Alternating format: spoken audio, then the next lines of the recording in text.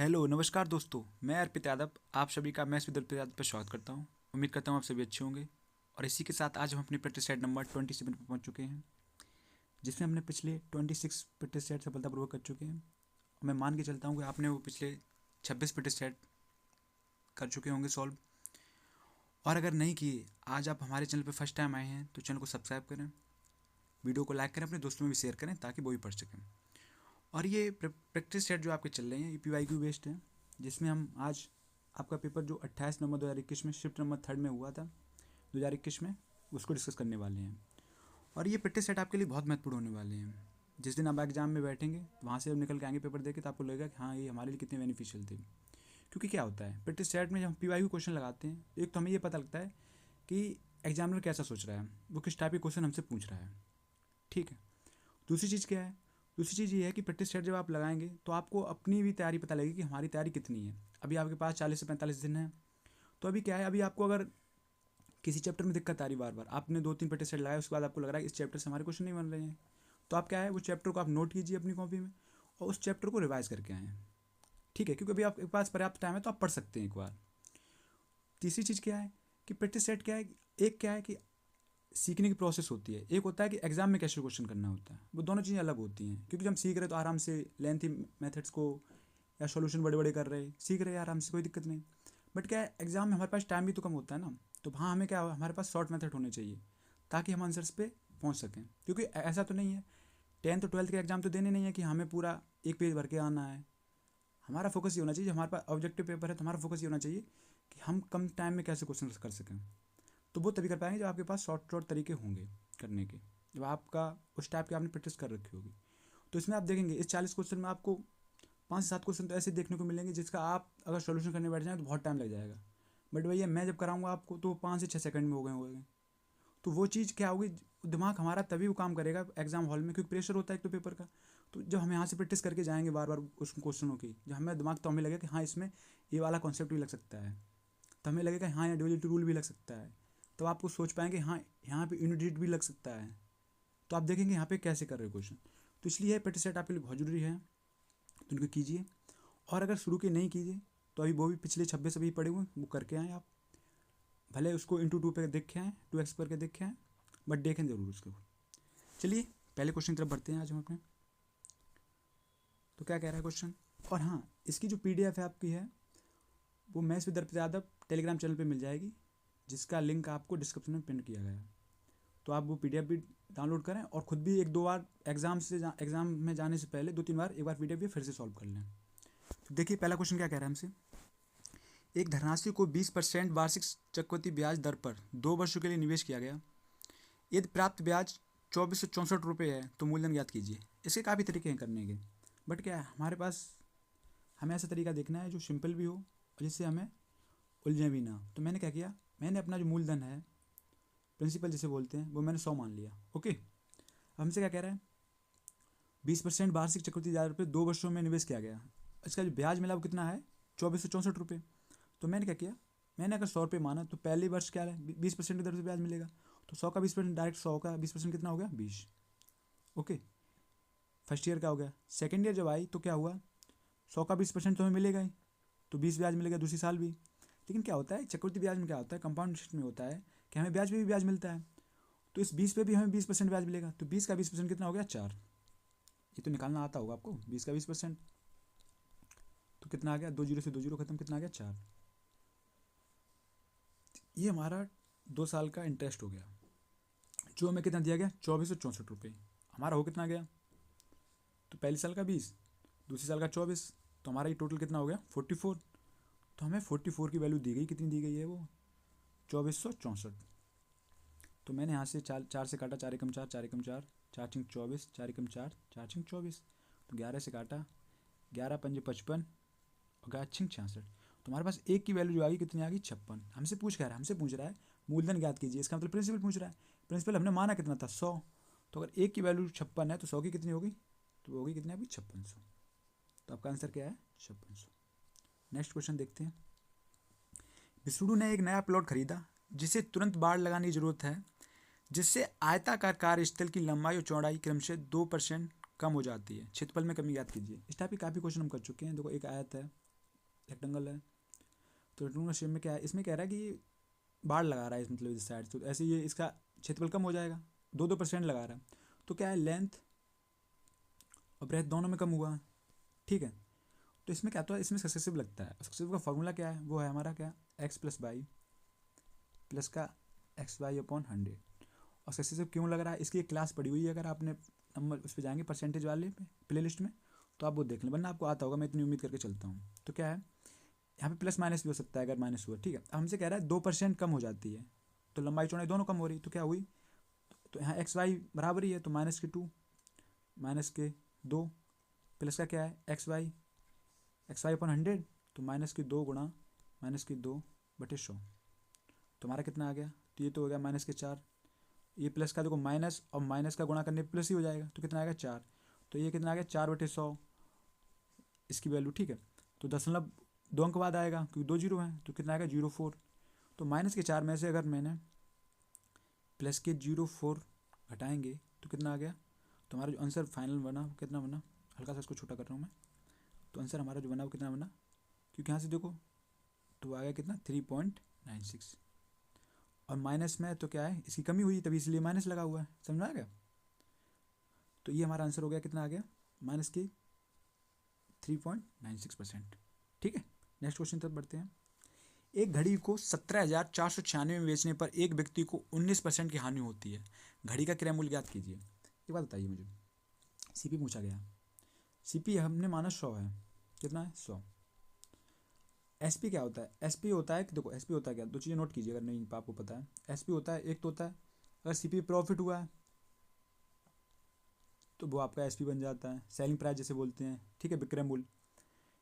या फिर अगर लॉस हो रहा है तो सीपी क्या होता है, एसपी बराबर सीपी माइनस लॉस, ठीक है। क्योंकि जो लॉस देखो हानि और लाभ जो होगा वो हमेशा सीपी पे होगा, क्रय मूल्य पे होगा, जो आपने इन्वेस्ट किया या आपके जो चीज़ जो आप खरीद के लेके आए, ठीक है। तो हमसे क्या कह रहा है, हमसे कह रहा है 19% की हानि हुई, तो इसका मतलब सीपी पे लॉस हुआ। तो अगर सीपी हमारी 100 थी, 100 पे 19 का हानि हुई, 100 क्यों माने, देखो हम 100 इसलिए मान लेते हैं, मानने के लिए आप 200 मान लो, 2000 मान लो, 5 लाख मान लो, आंसर आपका सेम ही आना। 100 हम इसलिए मानते हैं कि उससे परसेंटेज देखो 100 पे डिपेंड करता है, तो हमारी डायरेक्ट जो कैलकुलेशन होती है वो छोटी हो जाती है, क्योंकि देखो अब 100 पे 19% की हानि, तो 19 की हानि हुई, तो किस बचा कितना हमारे पास, तो 100 में से 19 गया, तो हमारा सीपी कितना है, हमारा सीपी एसपी जो है हमारा सेलिंग प्राइस है वो कितना हो गया 81। भाई हमसे कह रहे हैं एक घड़ी 17,496 बेचने पर एक व्यक्ति को 19% हानि होती है, इसका मतलब 81 वैल्यू हमें दी गई, कितनी दी गई है 17,000, सेलिंग प्राइस ही तो हमें दिया गया क्रय विक्रय मूल्य, तो कितना है 17,496। तो यहाँ से हमने 9 से काटा, 9 में 81, 9 एकम 9, बचा कितना 8, तो 9 में 81 बचा कितना 3, 39 हो गया, तो 9 चौक 36, बचा कितना 3, 9 चौक 36, फिर 9 से काटा तो कितना हो गया 9 दूनी 18, 1 9 कम 9 9 छः 54, तो एक की वैल्यू अगर 216 आ गई, तो हमें तो सीपी निकालनी, क्रय मूल्य पूछा गया, क्रय मूल्य कितना है, तो क्रय मूल्य कितना हो गया, तो दोनों तरफ 100 का गुणा किया तो कितना हो गया 21,600, तो हमारा आंसर क्या हो गया 21,600। नेक्स्ट क्वेश्चन देखते हैं। अजय ने 40,000 रुपये के साथ एक व्यवसाय शुरू किया और उसके बाद विजय 96,000 रुपये के साथ शामिल हो गया। यदि वर्ष के अंत में लाभ समान रूप से विभाजित किया जाता है तो विजय कितने महीनों बाद शामिल हुआ। देखो मैं आपको ये चीज़ बता चुका हूँ, देखो प्रॉफिट जो होता है ना, पार्टनरशिप में जो प्रॉफिट होता है वो दो चीज़ों पर डिपेंड करता है, क्या, एक कि आपने इन्वेस्टमेंट कितना किया, निवेश कितना किया, ठीक है, दूसरा कितने टाइम के लिए किया, समय कितना आपने दिया उसमें, ठीक है। अब वो फिर कितने भी लोग हों प्रॉफिट इन्हीं इसी अनुपात में होगा। अब इस कंडीशन क्या कह रहा है, हमसे कह रहा है 40,000 रुपये के साथ एक व्यवसाय शुरू किया, अजय ने क्या किया, अजय जो है उन्होंने 40,000 के साथ ये व्यवसाय शुरू किया, ठीक है। उसके बाद विजय 96,000 रुपये के साथ शामिल हो गया, तो विजय जब शामिल हुआ तो कितने हज़ार 96,000 के साथ शामिल हो गया। उसके बाद क्या कह रहा है, यदि वर्ष के अंत में लाभ समान रूप से विभाजित होता है, इसका मतलब लाभ जो इनका प्रॉफिट है, अब वर्ष के अंत में इसका मतलब अजय जो है, अजय ने तो पूरे 12 महीने के लिए पैसे लगाए, क्योंकि वर्ष के अंत में एक वर्ष तक इनका पार्टनरशिप चली। उस वक्त कह रहा है कि 96,000 के साथ शामिल हो गया, इनका जो लाभ हुआ वो यदि वर्ष के अंत में लाभ समान रूप से विभाजित हुआ, इसका मतलब इनका लाभ जो है ना वो समान है, ठीक। तो हमसे पूछ रहा है विजय ने कितने महीने बाद शामिल हुआ, हमें ये तय कर पूछना है। तो हमें पता लगा इनका प्रॉफिट ये बना तो इसका प्रॉफिट ये टी हमने टाइम लेके चला, तो मैंने कहा ये इसने जो 96,000 रुपये विजय ने इन्वेस्ट किए वो टी टाइम के लिए किए, तो यहाँ से सॉल्व आउट करेंगे तो हमें टी निकल आया कि किसने इतने पैसा लगाया कितने टाइम के लिए, तो 3 जीरो से 3 जीरो खत्म, 12 टे 96, 8 5 40। तो यहाँ से मुझे पता लगा कि जो विजय का टाइम है ना उसने 5 महीने तक अपना पैसा लगाया। ओके, जब इसने 5 महीने तक पैसा लगाया तो हमसे पूछ रहा है विजय ने कितने महीनों बाद शामिल हुआ है, तो आंसर 5 नहीं हो जाएगा। तो विजय टोटल पार्टनरशिप चली है जो चली 12 महीने के लिए, जो पूरे बिजनेस चला, उसमें 5 महीने बाद ये आया, सॉरी 5 महीने के लिए इसने पैसा अपना लगाया। इसका मतलब आया कितने दिन बाद, तो ये आया 7 5 12 है। इसका मतलब है ये 7 महीने बाद विजय इसमें शामिल हुआ के, यही आपका आंसर हो गया। बढ़ते हैं नेक्स्ट क्वेश्चन तरफ। क्या कह रहा है, हमें दिया गया 985 की पावर 133, हमसे कह रहा है इसे 29 से विभाजित करने पर शेषफल क्या आएगा। अब देखिए यहाँ पे 2-3 कॉन्सेप्ट बढ़ते हैं। मैंने आपको रिमाइंडर थ्योरम में बहुत अच्छे से पढ़ाया, फिर भी अगर आपको दिक्कत आ रही है मैं देखिए यहाँ पे बता रहा हूँ। देखिए एक होता क्या, x प्लस ए की पावर n को अगर मैं x से डिवाइड कर रहा हूँ, x से भाग कर रहा हूँ, तो जो रिमाइंडर आपका आएगा वो क्या आएगा, r की पावर, सॉरी रिमाइंडर जो आपका बनेगा वो क्या बनेगा, a की पावर n। और ये पता इसको और करके ऐसे भी लिख सकते हो, 1 मिनट इसको छोटा करता हूँ हल्का सा। ये जो x है ना ये tx भी हो सकता है, मतलब इसका कोई मल्टीपल भी हो सकता है, ठीक है, को अगर x से कर रहा हूँ मैं, एक कंडीशन ये हो गई। दूसरा क्या होता है, दूसरी कंडीशन हमें दी गई वो क्या है, अगर आपको नहीं पता उसको नोट आउट कर लें।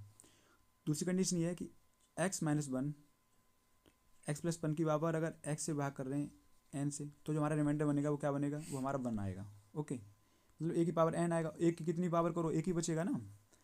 तीसरी कंडीशन जो बनती है वो क्या है, तीसरी कंडीशन जो आपकी है, इसको हल्का सा मैं और छोटा कर रहा हूँ ताकि एक ही पेज में आ जाए। तीसरी कंडीशन ये कहती है कि एक्स की पावर x माइनस 1 की power upon x power n को अगर मैं भाग कर रहा हूँ तो रिमाइंडर जो हमारा शेष पर आएगा वो क्या आएगा, तो रिमाइंडर आएगा अगर n ऑड नंबर है, अगर n विषम संख्या है, n अगर विषम संख्या है तो जो रिमाइंडर बनेगा वो क्या आएगा, -1 आएगा, -1 n भी हो सकता है, ठीक है। तो रिमाइंडर देखो माइनस में आता नहीं कभी, तो जो माइनस में नहीं आएगा ना तो क्या हो जाएगा, x माइनस 1 हो जाएगा, इसमें से घटा लेंगे हम डिवाइजर में से। अगर n सम है, इवन नंबर है अगर n, तब क्या होता है, तब हमारा जो आंसर आता है वो क्या आता है, 1 ही आता है, क्योंकि a की पावर कितनी भी करेंगे प्लस की होगी तो 1 ही आएगा। ओके, तो यहाँ पे जो कॉन्सेप्ट आपका लग रहा है, यहाँ पे अगर आप तो फर्स्ट फार्मूला लगा लें या ये थर्ड वाला लगा लें, दोनों लग जा रहे हैं। अब देखिए कैसे, हमें दिया गया 985 की पावर 133 है, 29 से विभाजित करा जाता है तो क्या शेषफल आएगा।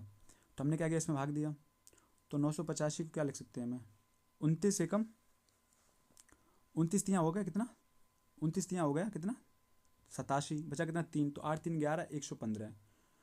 तो इसको मैं ऐसे भी लिख सकता हूँ, पता है कैसे, तो इसको मैं ऐसे लिख सकता हूँ 986 माइनस 1, क्योंकि 986 जो है ना 29 से पूरा पूरा कट रहा है, -1 बटे 29 की पावर कितना 133।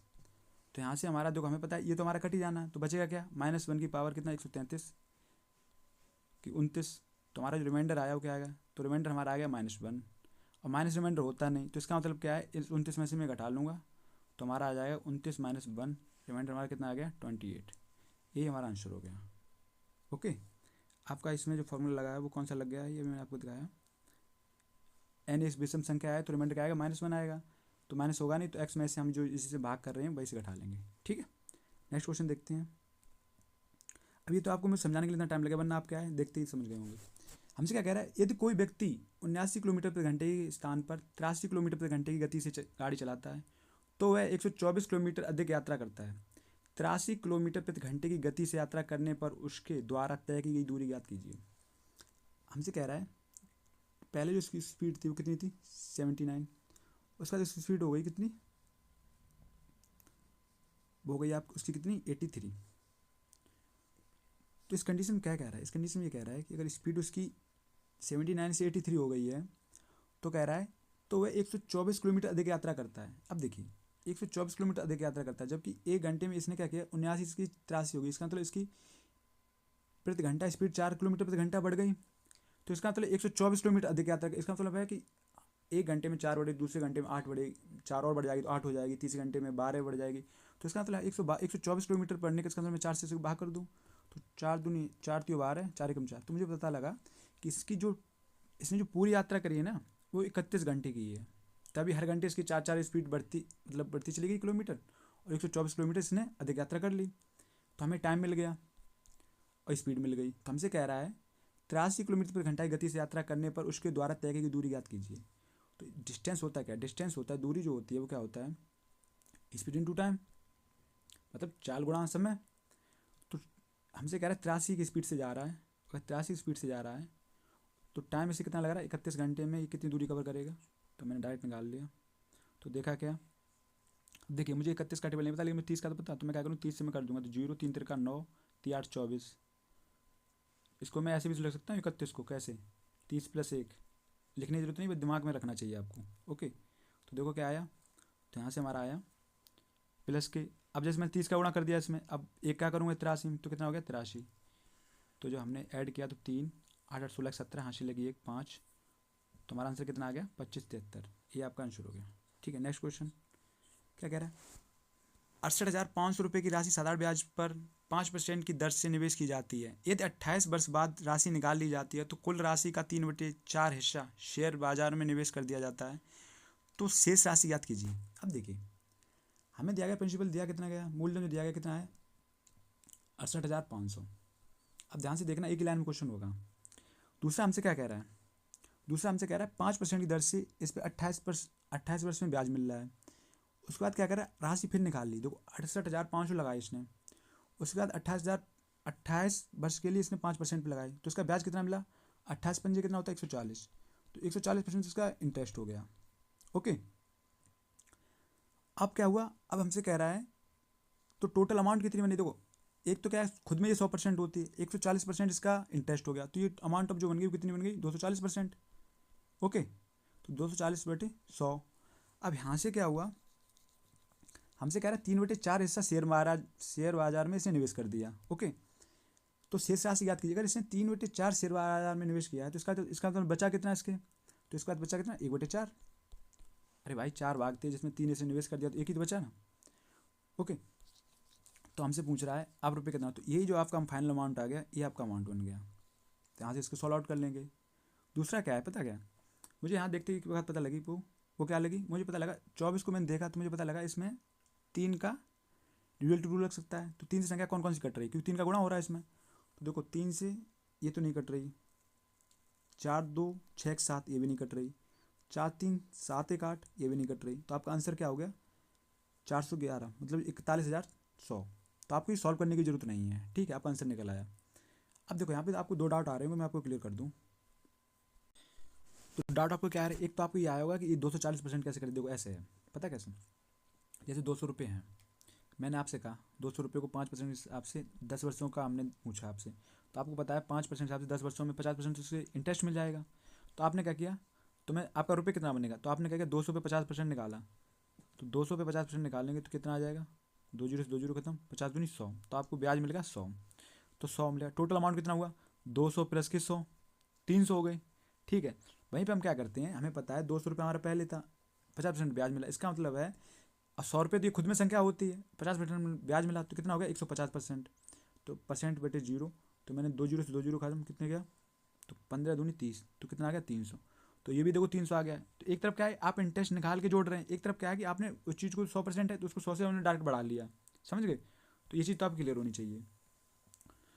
दूसरी चीज़ क्या है, 3 से कैसे कट रही, देखो 3 का ड्यूअल रूल कैसे लग रहा है, देखो हमें पता है, हमें पता लग गया 224 है। अब 224 ये 200 जो आपको 240 ये तो कटेगा नहीं, 24 यहाँ मिल रहा। अगर मैं 2 जीरो से 2 जीरो भी खत्म करता हूँ, 4 6 24, तब भी 60 बचा ना, तो इसमें 3 का मल्टीपल है, तो 3 का मल्टीपल होने चाहिए हमारी संख्या में, नहीं तो आप सॉल्व आउट कर लेंगे। तो हमने देखो 0 56 30 की, 0 बचा कितना 3, 6 48 और 3 कितना हो गया 51, बचा कितना 5, 6 36 और 5 कितना हो गया 41। तो आपका आंसर भी ये आ रहा, वरना हमें पता लग गया कि इसका ड्यूअल रूल है 3 से कटेगी संख्या, तो 3 से संख्या वही कटती है जिनके अंकों का योग 3 से कटे, तो 4 और 2 कितना हो गया 6।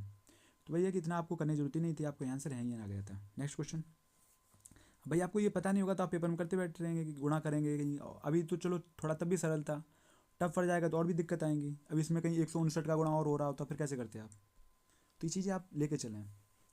चलिए नेक्स्ट क्वेश्चन देखते हैं क्या कह रहा है, जब किसी वस्तु को 13,224 की दर से बेचा गया तो उसी वस्तु को 6612 की दर पर बेचने से हुई हानि से 28% अधिक लाभ अर्जित हुआ, वस्तु का क्रय मूल्य ज्ञात कीजिए। देखिए हमें दिया सीपी, तो हमसे 2 कंडीशन दी गई, एक क्या है, एक कह रहा है कि 13,224 में की दर से बेचा गया, ये इसका सेलिंग प्राइस हुआ। तो क्या कह रहा है, उसी वस्तु को 6612 में बेचने पर, 6612 की दर पर बेचने से हुई हानि से 28% अधिक लाभ अर्जित होता है। मान लो अगर 6612 में इसने बेचा तो क्या है, इसे मैंने मान लिया कि इसे 100 की हानि हुई है, ठीक है, 100 यूनिट की। वहीं क्या कह रहा है, 100 हमने क्यों मान, क्यों हमें पता है जिसका 28% डायरेक्ट निकल आएगा। तो हमसे कह रहा है हुई हानि, अगर भाई ये 13,224 में बेच रहा है तो क्या कह रहा है, हानि से इसे 28% अधिक लाभ अर्जित होता है। मतलब हानि से भी, इस 100 की हानि से भी, तो 100 का 28% कितना, 28 हो गया। तो इसका 28% अधिक, तो कितना, इसका मतलब लाभ जो हो रहा है 13,224 में बेचने पर, तो वो कितना हो रहा है, 128 का। अगर हानि 100 की हो रही है कब, जब 6612 में बेच रहे हैं। अगर 13,224 में बेच रहे हैं तो लाभ कितना हो रहा है, 128 का। इसका मतलब है इन दोनों का अंतर कितना है। तो हमें इन दोनों का डिफरेंट पता लगा कितना। देखो, प्रॉफिट से लॉस में जा रहा है या लॉस से मान लो प्रॉफिट जा रहा है, तो ये 100 तो पहले कवर होगा, फिर 128, तो कितना हो गया, 228। और इन दोनों का अंतर कितना निकल गया, वो भी मैंने देखा, वो कितना आ गया, 6612। क्योंकि 6612 दूनी होते हैं 13,224। तो मुझे पता लग गया। तो हमारे पास क्या मिला, तो हमारे पास 228 की वैल्यू जो आ गई, कितनी आ गई, 6612। तो यहाँ से मैंने काटा इसे, 4 पंच 20, 4 सत्ते 28, तो 4 एकम 4, 4 चिंक 24, बचा कितना, 4 पंचे 20, 4 त्रियो 12। ओके, उसके बाद मैंने इसे 3 से काटा तो 19, तिपचे 15, तिपचे 15 1, 19 से काटा, 19 से कम 19, 19 दूनी 38, 38 बचा कितना, तो 2 ये और 15 ये, 17 171, तो 19 निमा 171, तो कितना आ गया, एक की वैल्यू आ गई कितनी, 29। अब देखिए क्वेश्चन ध्यान से देखेंगे तो आप क्या पाएंगे, हमसे इसमें क्या कह रहा था, हमसे पूछ रहा था, हमसे कह रहा है तो वस्तु का क्रय मूल्य ज्ञात कीजिए। अब देखो, अगर 6612 में बेच रहा तब इससे 100 की हानि हो रही है, 100 यूनिट की। एक की वैल्यू जहाँ 2900 है तो 100 की वैल्यू कितनी हो गई, वो हो गई कितनी, 2900। तो हमें पता लगा, अगर अगर मैं इसमें 100 की अगर 29 रुपये की हानि ना होती ना, तो हमारा सीपी पता लग जाता कितना है, क्योंकि 6612 में बेचने पर 2900 की हानि हुई। तो इसका मतलब है 6612 में अगर मैं 2900 जोड़ दूँ तो हमारा क्रय मूल्य मिल जाएगा हमें। तो मैंने 2900 जोड़ा, क्योंकि यही तो हानि हो रही थी। 2 1 9 6 15 5, यहाँ से लगी 1 7 2 9, तो हमारा आंसर कितना हो गया, 95/12। ये हमारा आंसर हो गया। नेक्स्ट क्वेश्चन, उस गोले का पृष्ठीय क्षेत्रफल ज्ञात कीजिए जिसकी त्रिज्या 168 सेंटीमीटर है। गोले का पृष्ठीय क्षेत्रफल, गोला होता क्या, तो स्पेयर जो आपका होता है उसका जो पृष्ठीय क्षेत्रफल होता है वो होता है 4πr²।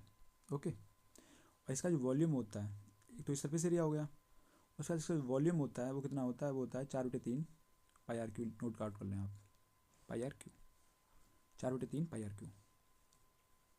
अब देखिए, तो हमसे कह रहा है उस गोले का पृष्ठीय क्षेत्रफल ज्ञात कीजिए, तो हमसे 4πr पूछ रहा है, तो 4πr² कितना हो गया, 4, पाई की वैल्यू में कितनी की, 5/7, r² कितना हो गया, 168 इंटू 168। अब मुझे देखो 22 देखते समझ में आया, मैं एक बार चेक करूँगा जरूर कि 11 जूल लग रहा है या नहीं लग रहा। तो मैंने देखा क्या, तो 11 जूल क्या कहता है, 11 का जूल कहता है हमसे कि सम स्थान पे जो अंकों हैं उनका योग और विषम स्थान पे जो अंक हैं उनका योग, उन दोनों का योग का जो डिफरेंट होगा, या तो अंतर वो 0 आए या 11 है, तभी संख्या कटेगी 11 से। जैसे मान लो 121 है, तो क्या करते हैं, देखो ये विषम स्थान है तो 1 1 2, तो 2 में से 2 घटाए तो कितना आ गया, 0, तो ये संख्या 11 से कट रही है, समझे। जैसे 1 3 3 1, तो ये क्या होता है, 3 1 4 और 4 1 3 1 4, तो इन दोनों का अंतर जो कितना आ गया, 4 - 4 0, तो इसका मतलब ये भी संख्या 11 से कट रही है। भाई यार कोई संख्या हमें ऐसी दी गई, ये पूछा कटेगी, तो मैंने क्या किया, 3 1 4 2 1 3, तो इनका अंतर 1 आ रहा है, 1 नहीं आना चाहिए, या तो 0 आए या 11 है, या 11 कोई मल्टीपल हो, 22 हो जाए, 33 हो जाए ऐसे, तो वो कटेगी संख्या, ठीक है। वैसे आपको डिविजिबिलिटी रूल मैंने बहुत डिटेल में पढ़ाया, अगर नहीं पढ़ रखा है आपने तो पढ़ लें जाके, भले उसको क्लास थोड़ी स्पीड करके देख लें, लेकिन देखें ज़रूर, कुछ भी छोड़ के मत जाएँ आप एग्ज़ाम में। देखिए, तो हमने पहला चेक करेंगे तो क्या मिला, 4 3 7 और 1 8, ये कितना हो गया, 8 6 14 और 6 20, 20 में से 8 के बाहर है, या तो 11 आना चाहिए था या 0 आना चाहिए, तो इसका मतलब ये संख्या तो आंसर नहीं होगा। ओके, 3 4 7 7 1 8, तो 8 5 13, 13 6 19, 19 में से 8 गए, कितना बचा, 11। हाँ, ये आंसर आपका हो सकता है, ऑप्शन नंबर 2। ओके, उसके बाद और भी ऑप्शन चेक करें, शायद कॉन्ट्राडिक्ट हो जाए ऑप्शन। तो तीसरा ऑप्शन में चेक करने गए तो क्या मिला, 3 4 7 1 8, तो 8 7 15, 15 6 21, 21 में से 8 गया, कितना बचा, 12, 21 में से 8 गया, बचा कितना, 13, तो ये भी नहीं होगा। उसके बाद क्या हुआ, 4 3 7 1 8, तो 8 8 8 16 और 6 कितना हो गया, 16 से 22, 22 में से 8 गया कितना बचा, तो 14। ये भी नहीं हो रहा आपका आंसर, तो आपका ऑप्शन नंबर क्या हो गया, बी। तो आपका जो आंसर आया वो कितना आ गया, बी। तो वही है कि आपको कैलकुलेशन देख रहे कितनी बड़ी कैलकुलेशन, आप बच गए आसानी से। तो ये आप सीखते हुए चलें। नेक्स्ट क्वेश्चन की तरफ बढ़ते हैं। एक दुकानदार के पास 3 अलग अलग गुणवत्ता वाला दूध है। पहली गुणवत्ता का दूध 621 लीटर, दूसरी गुणवत्ता का 667 लीटर, तीसरी गुणवत्ता का 759 लीटर दूध है। समान माप की बोतलों की न्यूनतम समावेश संख्या ज्ञात कीजिए जिसमें अलग अलग गुणवत्ता वाला दूध बिना मिश्रित किए भरा जा सकता है।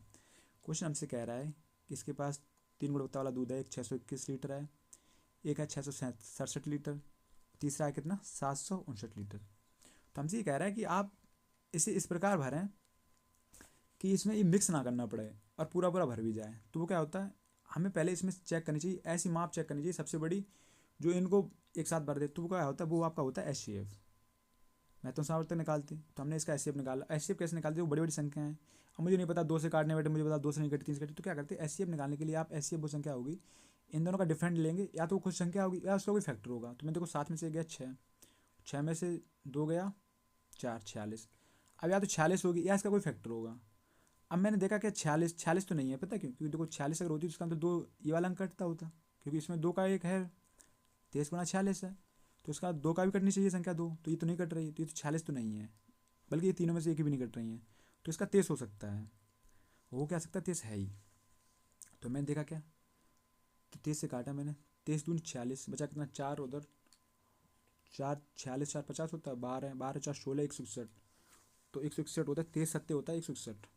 ओके, आपने सोचा होगा आपने कैसे कर लिया, देखो मुझे भी तेईस का टेबल मुझे भी नहीं पता, लेकिन पता कैसे निकालते हैं, देखो 23 है, सत्ते करना मुझे पता, 7 दूनी 40, तो 7 दूनी 14 होते हैं, तो 7 दूनी 14 मतलब 140 हो गया, बचा कितना 3, तो 7 यहाँ 21 ही एक हो गया, तो 140 और 21 कितना 161 हो गया कि नहीं हो गया। तो ये डायरेक्ट समझना चाहिए ऐसे ही।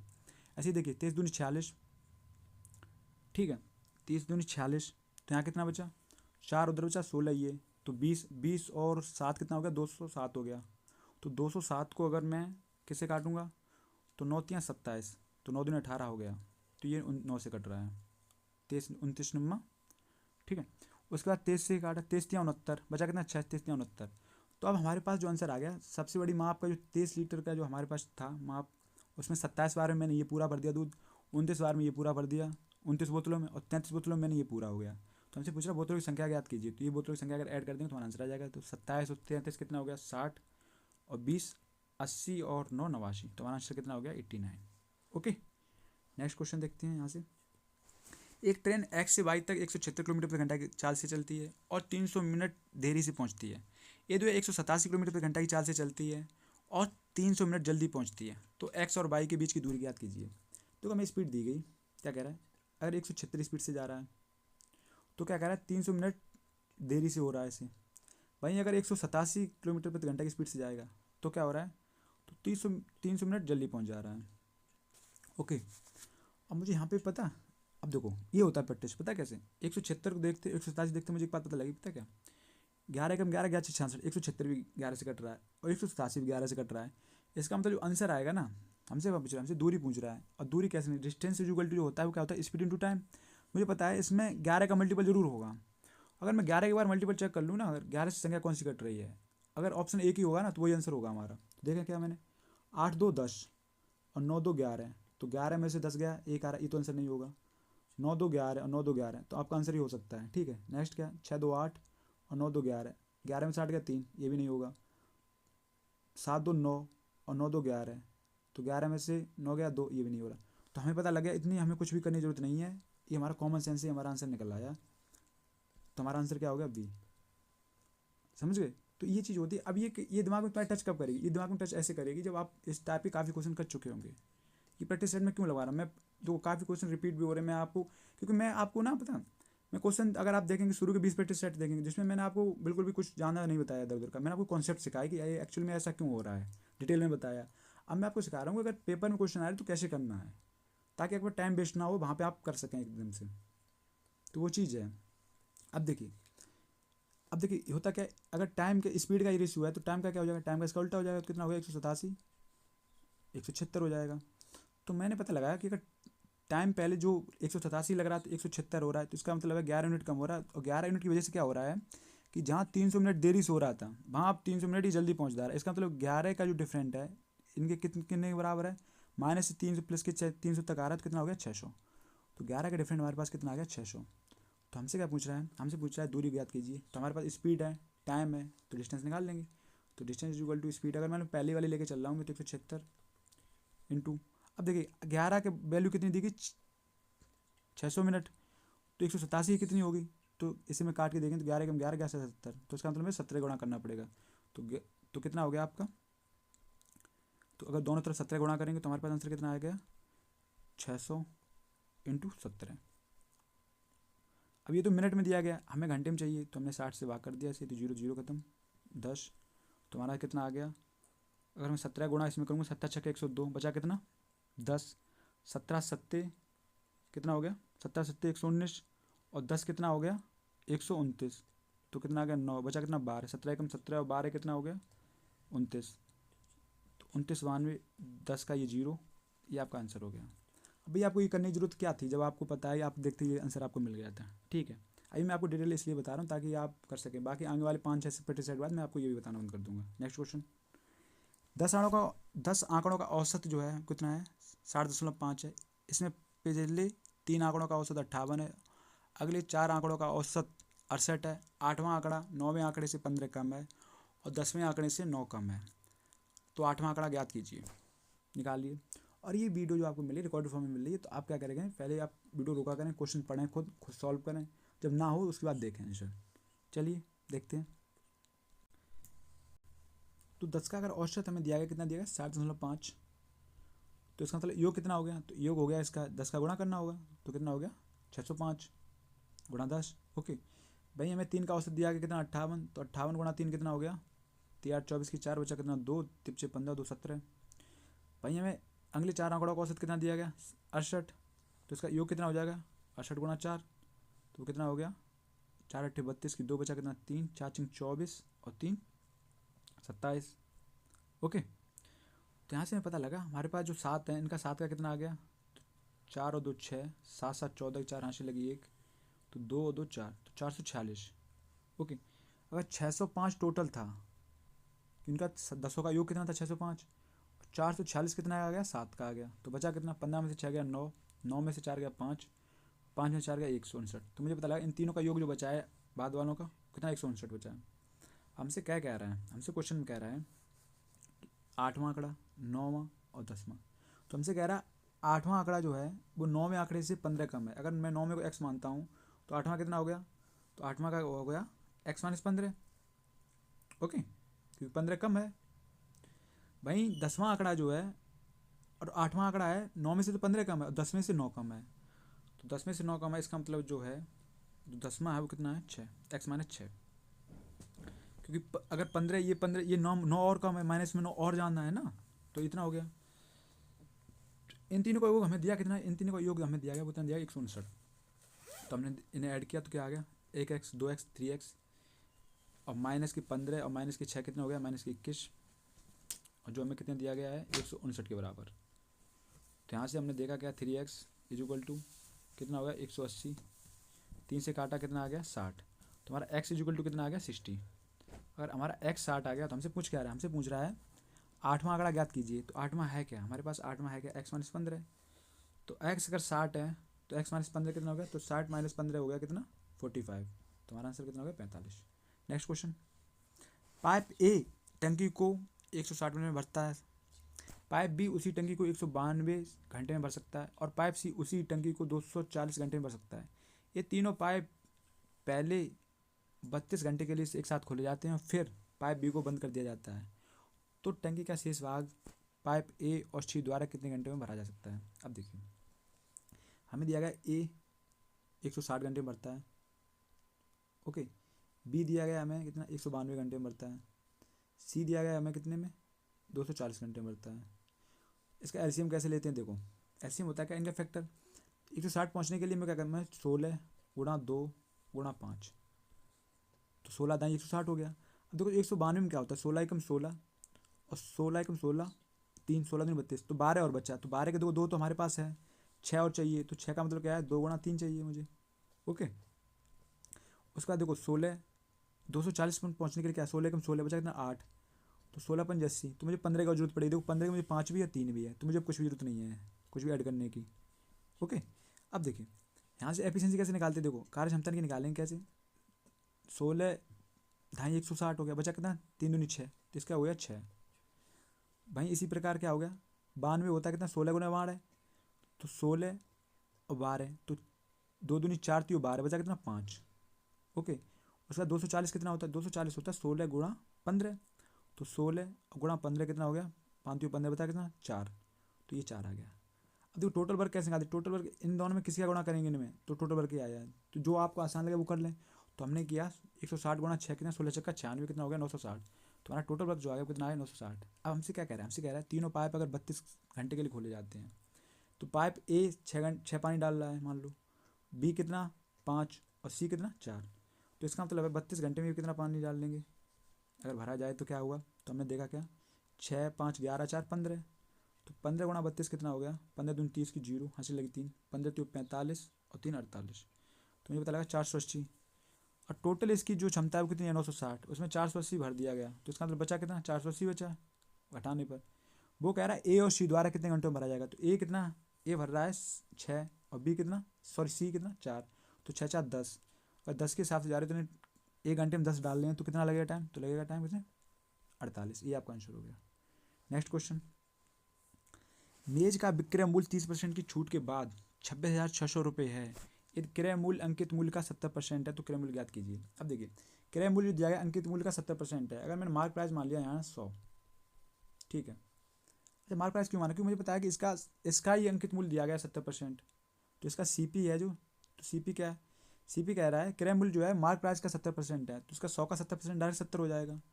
भाई हमसे क्या कह रहा है, देखो अब जो सेलिंग प्राइस है, सेलिंग प्राइस पता कितना है, सेलिंग प्राइस कह रहा है मेज का विक्रय मूल्य 30% छूट के बाद, और जो छूट होती है ना, बस ये 2-3 की पॉइंट है वो याद रखो। छूट जो होती है वो हमेशा किस पे होती है, देखो छूट हमेशा जो होती है वो मार्क प्राइस पे होती है। भाई प्रॉफिट और लॉस जो होता है वो हमेशा किस पे होता है, सीपी पे होता है, क्रय मूल्य पे होता है। और छूट होती है वो अंकित मूल्य पे होती है। अब मुझसे कह रहा है 30% छूट देने के बाद, अब अंकित मूल्य अगर मैं 100 माना, इस पर 30% छूट देने का मतलब है कि जो सेलिंग प्राइस हो गया वो कितना हो गया 70, और 70 की वैल्यू हमें दी कितनी 26,600।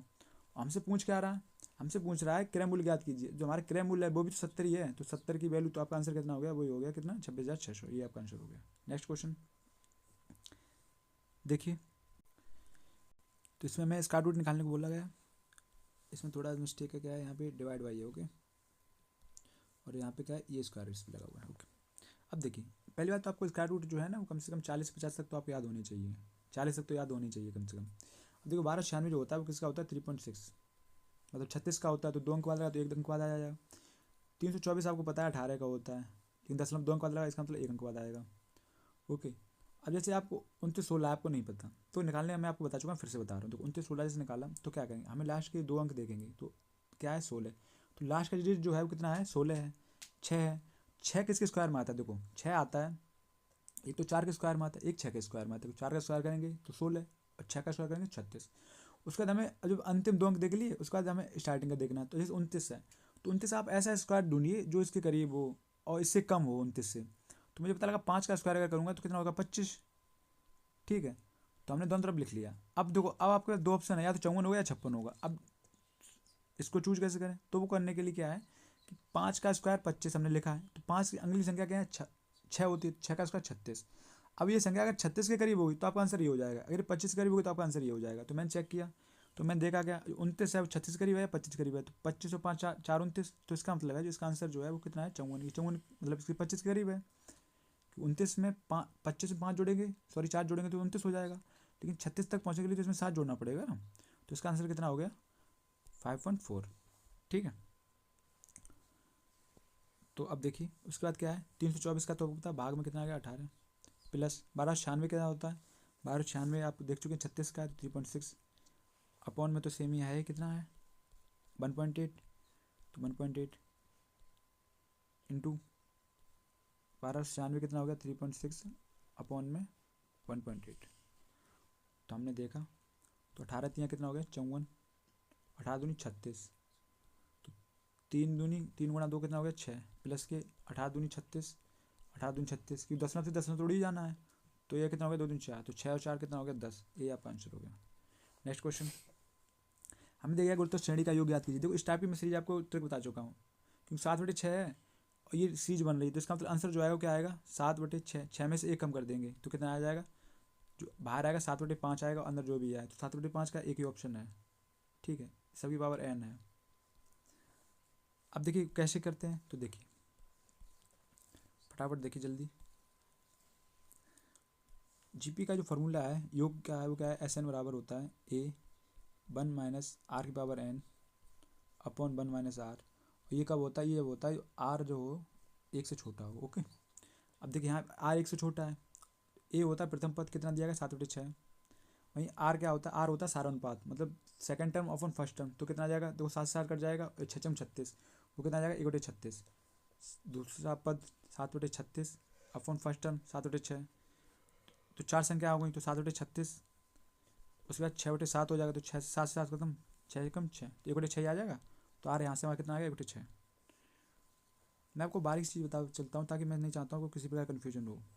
अब देखिए आर मिल गया तो बस हम फॉर्मूला रख देंगे, ए कितना हो गया 7/6। ओके, 1 - r कितना है, आर दिया गया हमें कितना 1/6 अपॉन क्या आ गया 1 - 1/6। तो जो 6 में से एक जाएगा कितना बचेगा 5/6। तो 5 पता क्यों हम रखते हैं, क्योंकि हमें पता है कि 6 से 6 तो ये कट ही जाना है, कैसे 7/6 अपॉन क्या आएगा 6/5 हो जाएगा, तो ये 6 से 6 खत्म हो जाएगा, तो बचेगा कितना 7/5।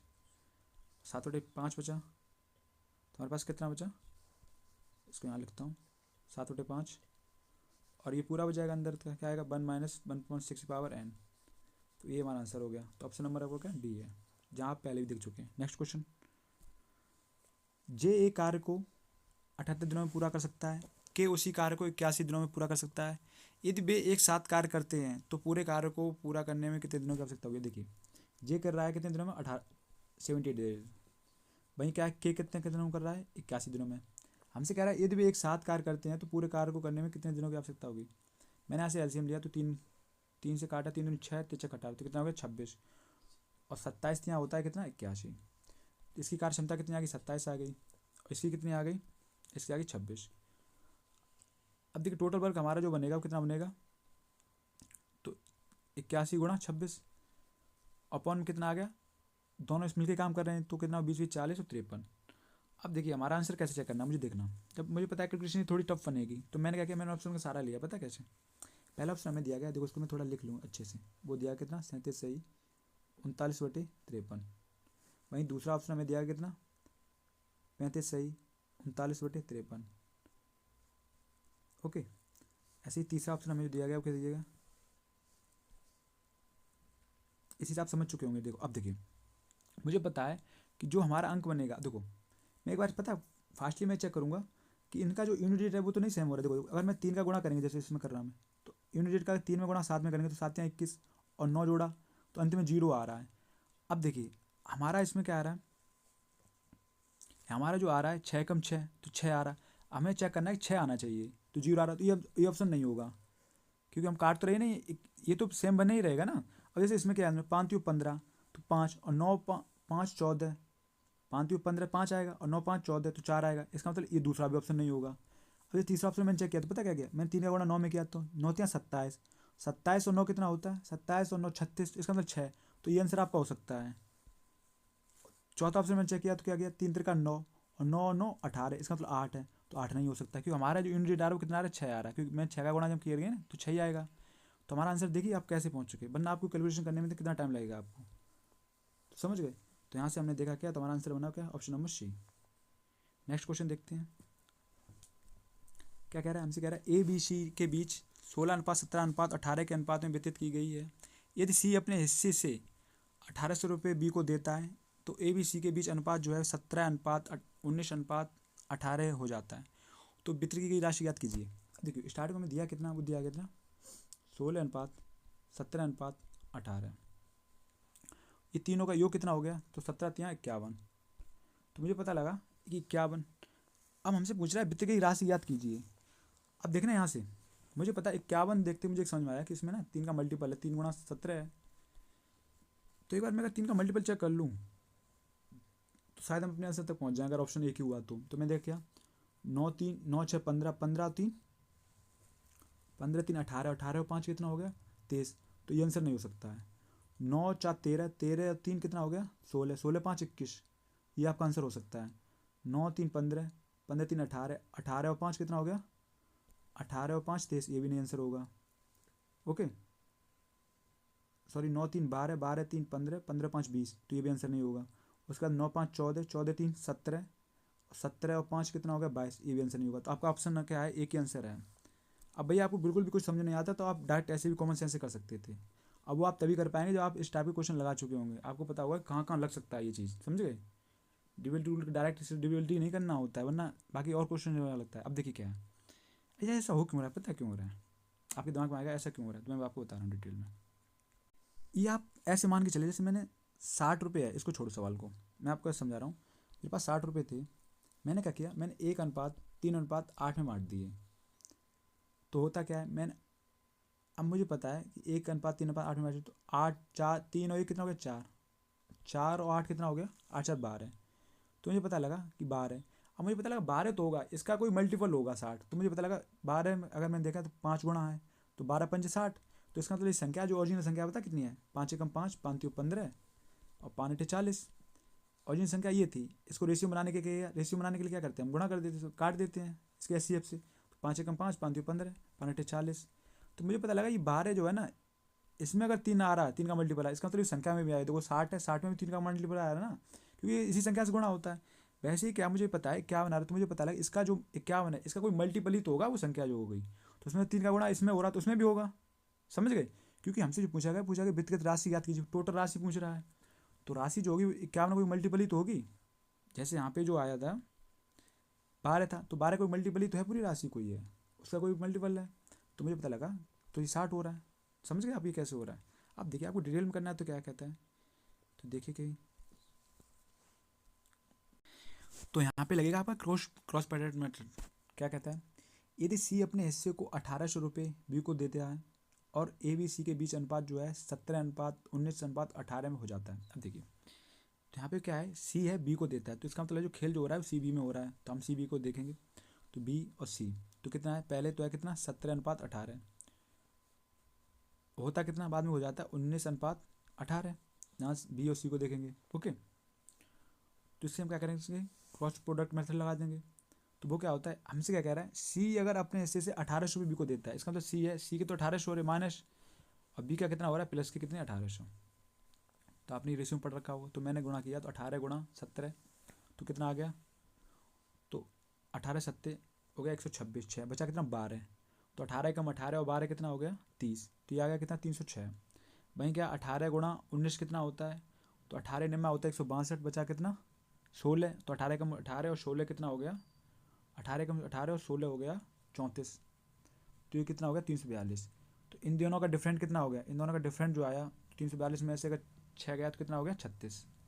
ठीक है, अब वहीं क्या करते, अब दूसरी कंडीशन करते इनका गुणा करते हैं हम। तो 18 का 18 में गुणा किया तो कितना आ गया 324, 2 जीरो। उसके बाद 18 का 19 में गुणा किया कितना आ गया 342 आ रहा है, अभी आपने यहाँ पे करके देख लिया ना, तो वो कितना आ गया 342, 2 जीरो। अब देखिए ये माइनस का ये प्लस का है, तो इनका डिफरेंट का ये ऐड हो जाएंगे, क्योंकि यहाँ पे तो ये प्लस के ही आ रहे दोनों, इसलिए इनका डिफरेंट 36 हो गया। तो 36 की वैल्यू हमारे पास कितनी आ गई, अगर इन दोनों को ऐड किया तो कितना आ गया, तो आ गया 3 4 और 2 6, 4 और 2 6 और कितना आ गया 6 6 2 जीरो। तो मैंने 6 से काटा, 6 कम 6, 6 कम 6, 6 कम 6, तो यहाँ से हमें 36 6 की वैल्यू मिल गई इतनी। तो यहाँ से मगर 2 की वैल्यू निकाली तो 2 3 6, 2 पंचे 10, 2 पंचे 10, 2 पंचे 10, तो 55 रुपये हमें 3 की वैल्यू मिल गई। लेकिन हमें पता किसकी निकालनी, टोटल जो हमारा बैठ रहा था तो कितना चल रहा है 51, तो 51 की वैल्यू निकालनी, इसलिए हमारा डायरेक्ट पता 3 का फैक्टर इसलिए आ रहा था। तो 51 की वैल्यू निकालनी, तो 3 की वैल्यू अगर इतनी है तो 51 मतलब इसका 17 गुणा करिए हमने। तो दोनों तरफ अगर मैं 17 गुणा किया तो हमारा आंसर कितना हो गया, तो क्या 0 17 अपना 85, 5 बचा कितना 8, 17 अपना 85 और 8 कितना हो गया 93, बचा कितना 9, 17 अपना 85 और 9 कितना हो गया 94। तो हमारा आंसर कितना हो गया 94 350, ये आपका आंसर हो रहा था पहले भी और बाद में। नेक्स्ट क्वेश्चन, आसान से क्वेश्चन है, इसमें क्या कह रहा है, ये ना स्क्वायर है इसका, ठीक है। तो मुझे दिया गया कितना 32 गुणा 12 गुणा 32 गुणा 12 डिवाइड बाई, अब देखिए ये है क्या, ये 2 स्क्वायर रूट से अगर 144 बाहर आएगा कितना आएगा 12। ओके ये भाग में है यहाँ पे, तो भाग 12 का भाग किया कितने में, 2, पूरा का आया स्क्वायर। तो यहाँ पे अगर मैं इसको ही देखूँ सिर्फ, इसको मैं रफ कर रहा हूँ अभी, तो कितना आ गया 2 × 12, ये 2 भाग में आ जाएगा 2 का स्क्वायर, तो 2 से 2 खत्म हो जाएगा, स्क्वायर बचेगा, तो क्या बचेगा 12 का स्क्वायर ही तो बचेगा, तो 12 × 12 ये भाग में आ जाएगा क्योंकि भाग में लगा हुआ है, तो 12 से 12 खत्म, ये 12 खत्म, तो क्या बचेगा 32 का स्क्वायर बचेगा। 32 का स्क्वायर जो होता है 1024 होता है। नेक्स्ट क्वेश्चन, जब आप 100 से 1000 के बीच गिनती करते हैं तो 5 अंक कितनी बार आएंगे। आप 100 से 1000 5, अब देखो पहली बार 5 कब आएगा 105, फिर आएगा 15, फिर आएगा आपका कितना 25 पे, फिर आएगा आपका कितना 135 पे, फिर 140 45 पे, ऐसे करके लास्ट में आएगा आपका कितना 195 पे। तो ये कितनी बार आ जाएगा आपका, ये आपका आएगा कितनी बार, ये आपका आ जाएगा 10 बार। ठीक है, क्योंकि 5 10, क्योंकि 5 15 25 35 ऐसे करके आ जाएगा। ठीक है, तो ये 10 बार आया। और ये देखो एक की संख्या आई, फिर आप 2 की संख्या बनेगी, 3 की बनेगी, तो ये कितनी संख्या, ये 9 तक जाएंगी, 9 तक गिनती जाएगी, क्योंकि 995 तक जाएगा, तो 9 बार 9 संख्याएं हो जाएंगी, 9 लाइनें हो जाएंगी, जिसमें 10 बार है, तो ये 90 बार, तो ये आ गया 5। उसके बाद 5 और पता है कहाँ था, एक 5 आता है आपको पता है कहाँ पे, वो 5 आपका आता है जब 150, जैसे 150 इसकी लाइन आएगी, तो फिर आएगा क्या 151 आएगा, फिर 152 आएगा, तो इसमें 5 आते हैं। तो ऐसे ही आता है कब 159 तक, तो इसमें 5 कितने बार आएगा, इसमें जो 5 आएगा इसमें भी 10 बार 5 आएगा। ठीक है, और ये लाइनें देखो, एक 10 तो इसमें हो गया, फिर क्या 250 की बात चलेगी, ऐसी 350 की बात चलेगी, तो 9 लाइनें ये हैं, तो ये 9 बार तो ये आ गया यहाँ पे भी, तो कितना हो गया 10 × 90, ये भी हो गया 90, तो आपके पास 90 एक बार मिल चुका है, 90 ये। ओके, तो आपके पास क्या है, या नेक्स्ट बढ़ा रहा हूँ, नीचे बढ़ा रहा हूँ इसको मैं थोड़ा हल्का सा छोटा कर रहा हूँ। ठीक है, अब देखिए 90 ये मिल गए हमें, तो 90 ये मिल गए हमें 5, और 90 यहाँ पे मिल गए। तीसरी कंडीशन पता है 5 कहाँ मिलता है, 5 एक तो पूरी 501 आएगा, 500 आएगा, फिर 501 आएगा, फिर ऐसे चलते चलते कहाँ पे आ जाएगा 599 तक, तो ये 5 सब में आएगा, तो ये कितनी संख्या बनेगी 100 बनेगी ये, तो 100 ये 90 ये और 90 ये कितना हो गया, तो 9 9 18 180 और 100 कितना हो गया 280, तो हमारा आंसर कितना हो गया, जो 5 आएगा एक कितना आएगा 280 बार। नेक्स्ट क्वेश्चन देखते हैं हम, उस समांतर श्रेणी के पहले 14 पदों का योगफल ज्ञात कीजिए जिसके 10वां पद और 6वां पद क्रम से 29.25 और 25.25 है। इस टाइप का मैं आपको काफ़ी क्वेश्चन करा चुका हूँ, तो हम डायरेक्ट निकालें क्या, 10वां पद क्या होगा हमारा 10th टर्म क्या होगा, वो होगा क्या A+9D। ओके, पढ़ चुके हैं ना, तो काफ़ी बार पढ़ चुके हैं भाई, तो 9.25 है भाई। हमसे 6वां पद क्या होगा, क्योंकि एक कम होगा, डिफरेंट एक ही तो कम होगा, तो वो कितना होगा 5D, तो वो कितना दिया गया हमें 25.25। अब देखिए मुझे पता है कि अगर अगर मैं इसमें घटा दूंगा तो हमारे पास क्या आएगा, हमारे पास 4D आएगा, 4D की वैल्यू कितनी आएगी 29 में से 25 में से 25 चला जाएगा, 29 में से 25 गया 4, तो 4D की वैल्यू हमारे पास 4 आ गई, तो इसका मतलब है D बराबर जो हमारा डिफरेंट दिया वो कितना है 1, तो यहाँ से हमारे पास D मिल गया। अगर D हमारे पास मिल गया तो हमारे पास क्या है DA हो गया, D बराबर 1 हो गया, तो मुझे A निकालना होता है, तो A तो हम निकाल लेंगे, अगर 5D में अगर मैं 5 एकम 5 रख दूँ तो 5 उधर जाएगा तो माइनस का हो जाएगा, तो ये यहाँ से हमारा कितना आ गया, वो आ गया 20.25। ओके, तो हमारे पास ए भी मिल गया, ए हमारे पास कितना आ गया 20.25। तो हमसे क्या कह रहा है, हमसे पूछ रहा है 14 पदों का योग याद कीजिए, तो योग का फॉर्मूला क्या है, इसको मैं रफ कर दूँ, तो इसको मैंने रफ किया, और वहाँ जो फॉर्मूला है वो एस एन बराबर क्या है, सम ऑफ एन नंबर है वो क्या है n/2, समांतर श्रेणी में 2a + n-1 इंटू डी। तो एन हमारा कितना है 14 पदों को पूछा गया, 14/2, 2a, ए कितना है 20.25, एन कितना दिया है 14, 14 में से 1 गया 13, तो 13 गुणा डी कितना है 1, तो हमारे पास आ गया, अगर मैं इसे काटूँ 2 7 14 7। अब देखो 20.25 को 2 में गुणा किया तो कितना हो गया 40.50 प्लस 13 एकम 13, अब कितना आ गया 53.50 गुणा 7। अब यहाँ से देखा हमने क्या आ गया हमारा आंसर जो बना 0 7 पन्ना 35, 5 बचा कितना 3, 7 या 21, 3 24 बचा कितना 2, 7 पन्ना 35 2 37, तो हमारा आंसर आ गया 0.2 के बाद आया कितना आ गया 374.5। अब देखिए इसमें पता है जैसे 7 यहाँ पे मुझे दिखा, या 7 तो मुझे स्टार्टिंग में दिख गया था, इस कंडीशन में होता क्या है, जैसे मुझे 7 दिखा, मुझे पता है इसमें 7 का मल्टीपल होगा, तो 7 का मल्टीपल अगर हम चेक करने बैठ जाएँ तो होगा क्या, मैंने चेक किया पहला ऑप्शन 7 बना 35 4 तो 45 हो गया, 7 छिंग 42 बचा कितना 3, 7 बना 35 तो पहले तो कट रहा है। दूसरा ऑप्शन मैंने चेक किया तो 7 चौक 28 4 45 हो गया, तो 7 छिंग 42 बचा कितना 3, 7 बना 35। तो इसका मतलब मेरे दो ऑप्शन 7 से कट रहे हैं, जिसका मतलब इसलिए 7 का मल्टीपल यहाँ पे हमारा फिट नहीं बैठ रहा है, समझ रहे। तो मैंने इसलिए यहाँ पे ट्राई नहीं किया। तो भैया अगर आप एग्जाम में आपने देखा डायरेक्ट ट्राई करो, पता लगा दो ऑप्शन मैच कर रहे हैं, फिर आप हाल आओ, हाल अपना सॉल्यूशन कीजिए। नेक्स्ट क्वेश्चन आप देखिए, कंपनी बी का लाभ कंपनी सी के टर्नओवर का कितना परसेंट है। देखो बी का लाभ कितना दिया गया, जो प्रॉफिट है बी का कितना है 9, बी का जो प्रॉफिट है वो कितना है 9। तो हमसे पूछ रहा है कंपनी बी का लाभ कंपनी सी के टर्नओवर से कितना परसेंट है, सी का टर्नओवर है कितना, तो सी का टर्नओवर कितना दिया है 5.2, तो 5.2 का कितना परसेंट है, तो इंटू 100। अब मुझे पता है, मुझे देखते क्या समझाया, मुझे पता लग गया, मुझे पता लगा क्या कि जो है ना 9 है, अगर मैं देखो अगर 104 हो सॉरी 10.4 होता ना तो ये 200% से ऊपर होता, तो इसका मतलब 200% तो नहीं होगा। दूसरी चीज़ पता है क्या है, दूसरी ये चीज़ है कि 100% से कम भी नहीं होगा, क्योंकि पता अगर यहाँ पे 100% से कम पता कब होता है, जब 9 की जगह पे 5.2 से कोई चीज़ छोटी होती, तो इसका मतलब ये भी ऑप्शन नहीं होगा, तो आपका एक ही ऑप्शन बचा है। और वैसे भी ये लगभग 200% से हल्का ही कम होगा, तो इसका मतलब आपका हो गया 173.07%। आप ये बात समझ चुके कि नहीं समझ चुके, इसको और ध्यान से देखा, अगर मैं और सॉल्व करूँ तो क्या आ गया 9000, 10 ना बढ़ाया 1 जीरो और बढ़ाया 3 जीरो हो गए बटे 52। अब मुझे पता है अगर मैं 52 से काटूंगा तो एक बार से तो जाना जाएगा ही, तो ये ऑप्शन तो होंगे नहीं, ठीक है 100% से ऊपर होगा, बचा कितना 200%। अब मुझे पता है 52 दूनी 104 होता है, 200% के लिए 104 से ऊपर होना चाहिए था, लेकिन 90 या तो एक ही ऑप्शन बचा। तो ये चीज़ आप सीखेंगे यहाँ पे अगर क्लास में आप प्रैक्टिस सेट कर रहे हैं। अब देखिए कंपनी ए का लाभ प्रतिशत ज्ञात कीजिए, ए का लाभ ए का है कितना, ए का इन्वेस्टमेंट कितना है 2.4, लाभ कितना हो रहा है 12 है, तो 12 लाभ हो रहा है कितने पे 2.4 पे इंटू 100, तो 10 में बटाया 1 जीरो बढ़ाया, तो 12 दूनी 24, 2 से काटा 5, तो कितना आ गया 5%। तो ये हमारा आंसर हो गया कितना 5। नेक्स्ट क्वेश्चन, दी गई 4 कंपनियों में किस कंपनी का लाभ अनुपात सबसे अधिक है। अब देखिए यहाँ पे क्या है, देखो इन्वेस्टमेंट कितना दिया गया 4.7, लाभ कितना हो रहा है 4.7, इसका मतलब 100% का यहाँ लाभ हो रहा है। वहीं क्या है 26 का 2.46 का यहाँ पे इन्वेस्टमेंट है, और प्रॉफिट जो हो रहा है वो भी कितना हो रहा है 2.6 का है, तो इसका मतलब यहाँ भी 100% का है।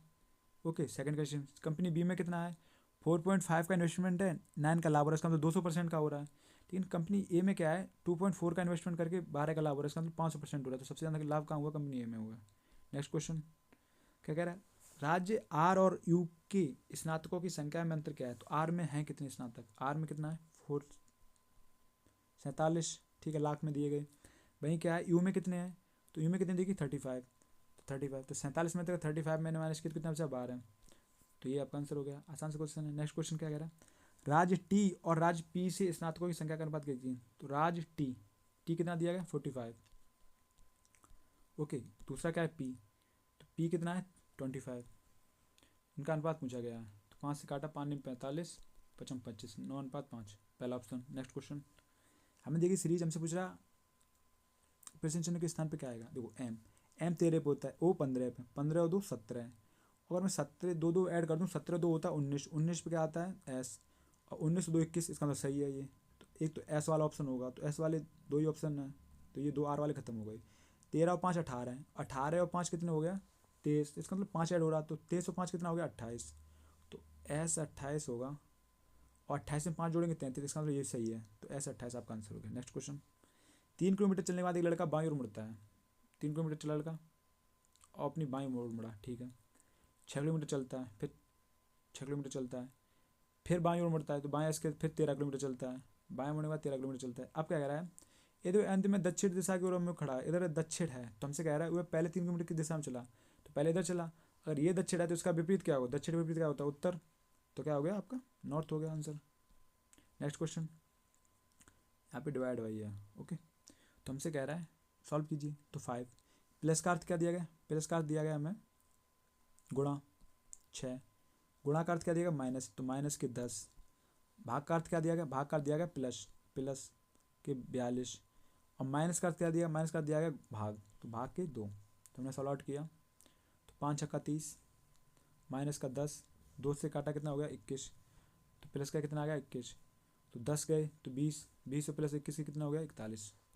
नेक्स्ट क्वेश्चन, हमसे दिया गया, हमसे पूछा है क्या होगा, देखो सिंह को क्या देगा 39। अब देखिए एस होता कितने पे 19 पे, आई कितने पे होता 9 पे, एन कितने पे होता 14 पे, जी कितने पे होता 7 पे। इनको ऐड करेंगे तो कितना हो गया 19 और 9 कितना हो गया 28, 28 और 14 और 7 कितना हो गया 21, 21 और 28 कितना हो गया 49, लिखा कितना 39। तो ऐसा तो नहीं कि 49 - 10 किया हुआ 39।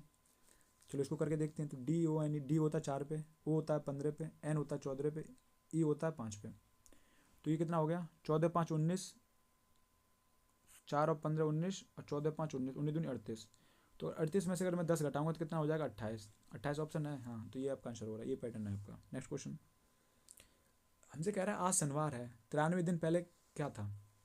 अगर आज शनिवार है तो 93 दिन और डे हम निकाल लेंगे। तो मैंने 7 से काटा, 7 एकम 7 बचा कितना 2, 7 21, 21 तो बचा कितना 2, तो हमारे पास और डे बची 2। तो इसका मतलब 2 दिन पीछे जाएंगे। तो आज शनिवार है तो शुक्रवार, शुक्रवार का आएगा गुरुवार, तो आपका आंसर होगा गुरुवार। नेक्स्ट क्वेश्चन मधु का घर साफ सुथरा रहेगा। कथन कह रहा है हमसे मधु का घर साफ सुथरा रहेगा। डिस्कस क्या है, मधु अपने घर को साफ सुथरा रखना पसंद करती है। मधु अपने घर को अच्छी तरह साफ करने में ज़्यादा समय व्यतीत करती है। देखो हमसे ऐसे कुछ नहीं कहा गया, हमसे कहा गया मधु का घर साफ सुथरा रहेगा। मधु के घर के बारे में बात की, मधु के बारे में तो नहीं कही कि मधु साफ सुथरा रखना पसंद करती है या नहीं करती। क्या पता उसकी मम्मी पसंद करती हो साफ सुथरा रखना, ठीक है, मधु तो ऐसा ही डालते रहे हो। तो ये क्या है, पहला ऑप्शन तो आपका नहीं है। ओके, क्या पता। दूसरा क्या कह रहा है, हमसे कह रहा है मधु अपने घर को अच्छी तरह साफ करने में ज़्यादा समय व्यतीत करती है। ऐसी कोई बात नहीं कही, मधु इतनी अच्छी हो भी नहीं सकती है। तो क्या हुआ आपका, ना तो डी, आपका ऑप्शन हो गया डी, ना तो 1 ना 2। नेक्स्ट क्वेश्चन रेस्ट को क्या दिखा 66, तो क्रो को क्या लिखते हैं। देखो रेस्ट है कितने पे 18 पे, आर कितना पे 18, ई कितने पे 5 पे। सबसे पहले इसको नंबर लिखा करो ताकि आपको कुछ हिंट मिले। एस कितने पे 19 पे, टी कितने पे 20 पे। मैंने इसको ऐड किया तो क्या मिला हमें, तो हमें पता लगा 18 दूनी 36, 1 37, 37 और 5 कितना हो गया, 18 दूनी 36 37, 37 और 5 हो गया 37 और 5 42 और 20 कितना हो गया 62। ऐसा तो नहीं है कि ये 4 वर्ड दिए गए इसका मतलब इसमें 4 ऐड हो रहा हो, तो 62 4 66 हो, ठीक है। तो ऐसे में इसको चेक किया तो मैंने क्या पाया, तो सी कितने पे है 3, आर कितने पे 18, ओ कितने पे 15 और डब्ल्यू कितने पे 23 पे। तुम्हारा कितना हो गया, तो मैंने जोड़ा कितना हो गया 18 3 21, 21 और 23 कितना हो गया 21 और 3 24, 44, 44 और 15 कितना हो गया 44 और 15 हो गया कितना, 44 और 15 कितना हो गया 59। अगर मैं इसमें 4 ऐड करूँगा तो कितना आ गया 63, 63 आपका ऑप्शन है, आपका ऑप्शन है, तो ये आंसर होगा आपका। नेक्स्ट क्वेश्चन देखते हैं। हमें दिया गया ये, तुमसे पूछ रहा है नेक्स्ट चीज़ क्या होगी। देखो ध्यान से देखेंगे तो मैं पाया कि जब यहाँ पे आए तो क्या हो रहा, -3 आगे से भी जा रहे हो, पीछे से भी 3 वर्ड खत्म हो रहे हैं। तो ये तो बचा क्या PTAT बचा ये वाला, ओके ये वाला बचा है। भाई क्या करें, जब यहाँ पे हम आए तो हमने देखा कि दोबारा आए तो हमें क्या पता लगा PTAT तो है, लेकिन शुरू के 2 वर्ड जो गायब किए थे ना, 3 गायब किए थे, उसमें क्या करा उन्होंने शुरू के EM देखो ये वाला और IO ये वाला ऐड कर दिए। तो इसका मतलब फिर यहाँ पे आए तो इसने -3 फिर गायब कर दिए। देखो ये वाले 3 पूरे गायब कर दिए, ये वाले 3 गायब कर दिए, तो टी बचा। इसका मतलब अब ये 2 फिर ऐड करेंगे, और ऐड कौन से करेंगे, ये ऐड वो वाले करेंगे जो शुरू जहाँ से इन्होंने खत्म किया वहाँ से 2 ऐड करेंगे। तो टी के बाद ऐड करेंगे MP ऐड करेंगे इधर, इधर क्या करेंगे TI, तो MPTATI आंसर हो गया। नेक्स्ट क्वेश्चन देखते हैं क्या कह रहे हैं। हमसे कह रहा है अर्थपूर्ण शब्द बनाइए। तो हम ऑप्शन सी रखेंगे फटाफट। तुम देखा क्या, पहला रखा D, 4 पे क्या C, 1 पे क्या N, 2 पे क्या A, 3 पे क्या बाई। ये कोई वर्ड बना नहीं बना। नेक्स्ट क्वेश्चन देखेंगे 3 पे बाई, 5 पे D, 1 पे N, 2 पे A, 4 पे क्या है 4 पे C, ये भी नहीं बना कोई वर्ड। फटाफट थर्ड ऑप्शन से करेंगे, अगर नहीं बना तो फोर्थ में तो होगा ही आंसर। तो हमने क्या देखा, 4 पे क्या आता है C, 2 पे क्या आता है 2 पे A, 1 पे N, 5 पे D, 3 पे बाई। हाँ तो कैंडी बनता है आपका वर्ड, ठीक है, चॉकलेट वगैरह कुछ होता है ना ऐसा। नेक्स्ट क्वेश्चन देखते हैं। कोई फल जूस नहीं है, कोई जूस स्वादिष्ट नहीं है। तो हमसे क्या डिस्कस क्या कह रहा है, कोई फल स्वादिष्ट नहीं है, कुछ फल स्वादिष्ट हैं। कोई फल स्वादिष्ट नहीं है, कुछ फल स्वादिष्ट हैं। देखो ऐसी कंडीशन पता क्या होता है, तो हमसे क्या कह रहा है, ये देखो कोई फल स्वादिष्ट नहीं है तो निगेटिव, ये तो नहीं ये इंडिविजुअल गलत हैं दोनों, ठीक है। लेकिन हमसे देखो पता है ये सेम रिपीट कर रहा है, पता कोई फल स्वादिष्ट नहीं है कुछ फल स्वादिष्ट हैं। तो ऐसी कंडीशन में आपका जो बनता है ये बनता है या तो 1 या 2 का। पता कैसे, जैसे मान लो मैंने कहा जाओ उस पे से 100 रुपये लेके आओ, आप अपनी मम्मी 100 रुपये लेने गए, मैंने कहा जाओ अपनी मम्मी पे से 100 रुपये ले आओ। तो दो ही कंडीशन बनी, या तो वो रुपये तो आपको देंगे या नहीं देंगे। मतलब एक चीज़ तो सही होगी ना, मैंने दो पॉसिबिलिटी ली, या तो रुपये दे देंगे आपको या नहीं देंगे। तो आप गए दिन या तो आपको मिल जाएंगे या नहीं मिलेंगे। तो वैसे क्या, या तो कुछ फल स्वादिष्ट होंगे या नहीं होंगे, तो एक तो सही होगा ना। तो इसलिए आपका ई सही हो गया। नेक्स्ट क्वेश्चन देखते हैं क्या कह रहा है। कुछ छात्र शिक्षक हैं, सभी शिक्षक प्रवक्ता हैं, सभी छात्र प्रवक्ता हैं। देखो कुछ छात्र प्रवक्ता हैं, कुछ छात्र प्रवक्ता, जब छात्र शिक्षक पहुंचा तो ये कुछ छात्र प्रवक्ता हो सकते हैं, बिल्कुल सही बात है। वहीं दूसरा ऑप्शन जब हम चेक करने बैठे तो हमने देखा क्या, कुछ वृत्तिक शिक्षक हैं, तो कुछ वृत्तिक शिक्षक हैं। तो छात्र और शिक्षक जब ये फर्स्ट और सेकंड थर्ड, सॉरी फर्स्ट और थर्ड ऑप्शन मिलेंगे तो कुछ शिक्षक वृत्तिक हैं। सही है, दोनों सही आपका आंसर करते हैं। तो ऑप्शन नंबर आपका डी हो गया। नेक्स्ट क्वेश्चन, क्या सरकार को धार्मिक मामलों में दखल देना चाहिए। तरह क्या कह रहा है, हाँ सरकार किसी विशिष्ट विश्वास, धर्म या धार्मिक प्रथा को लक्षित कर सकती है। दूसरा क्या कह रहा है, नहीं सरकार को व्यक्तिगत आस्था और धार्मिक प्रथाओं में हस्तक्षेप नहीं करना चाहिए जब तक कि मौलिक मानवाधिकारों का उल्लंघन ना हो। तो पहला गलत है, क्योंकि धार्मिक का मतलब क्या कह रहा है, विशिष्ट धर्म या धार्मिक प्रथा को लक्षित कर सकती है, ऐसे गलत करना ये तो गलत है ना। किसी धर्म को लेकर आप जाना कर रहे हैं या कुछ भी, तो सरकार को ये तो नहीं करना चाहिए। दूसरा क्या कह रहा है, हाँ जो कि नहीं सरकार को व्यक्तिगत आस्था और धार्मिक प्रथाओं को हस्तक्षेप नहीं करना चाहिए। सही बात है, जब तक मौलिक अधिकार, हाँ ऐसा भी नहीं है कि मतलब भैया नरसंहार कर दे कोई, तब तो हाँ उसको करना चाहिए। बाकी अपने अपने धर्म को जो लोग मानते हैं आसान से अपने आप मानते हैं तो क्या दिक्कत है, ठीक है। अपनी अपनी आस्था में भरोसा जैसे जैसा है वो रहे अपना, क्या दिक्कत है। तो इसका मतलब है आपका दूसरा सही हो गया, ऑप्शन पहला गलत हो गया। नेक्स्ट क्वेश्चन क्या कहता है, हमें दिया गया, अब देखो मुझे पता है सारे ऑप्शन ना इक्वल टू 88 है, मुझे पता है 88 बनाना है। तो देखो मैं पहला ऑप्शन देखूंगा, तो हमने पहला ऑप्शन देखा 16×5 80, लेकिन ये क्या 8 में से 80 गया तो माइनस का हो जाएगा, ये पहला ऑप्शन नहीं होगा। दूसरा ऑप्शन मैंने चेक किया तो 16×8 तो ये बहुत ज़्यादा हो गया, अच्छा प्लस के 5 और ऐड करेंगे तो 16×8 128 हो गया, तो वो तो होगा नहीं, तो ये भी नहीं होगा दूसरा ऑप्शन। तीसरा ऑप्शन होगा क्या, देखेंगे 8 + के 16×5, तो 16×5 8 कितना हो गया 88, तो 88 इक्वल टू क्या हो गया 88। तो आपका answer number option number C हो गया। तो इसी के साथ आपकी क्लास खत्म होती है। उम्मीद करता हूँ आप सभी को अच्छी लगी होगी। अगर क्लास अच्छी लगी है तो वही है कि वीडियो को शेयर करें, लाइक करें, चैनल को अभी तक आपने सब्सक्राइब नहीं है तो सब्सक्राइब करें, अपने दोस्तों में भी भेजें इसको, ताकि वो भी पढ़ सकें। और इसकी जो PDF आपको maths with Yadav Telegram channel पे मिल जाएगी, तो वो आप जाके ज्वाइन कर लें और PDF को खुद से सॉल्व करने की कोशिश करें। चलिए मिलते हैं नेक्स्ट क्लास में, नमस्कार।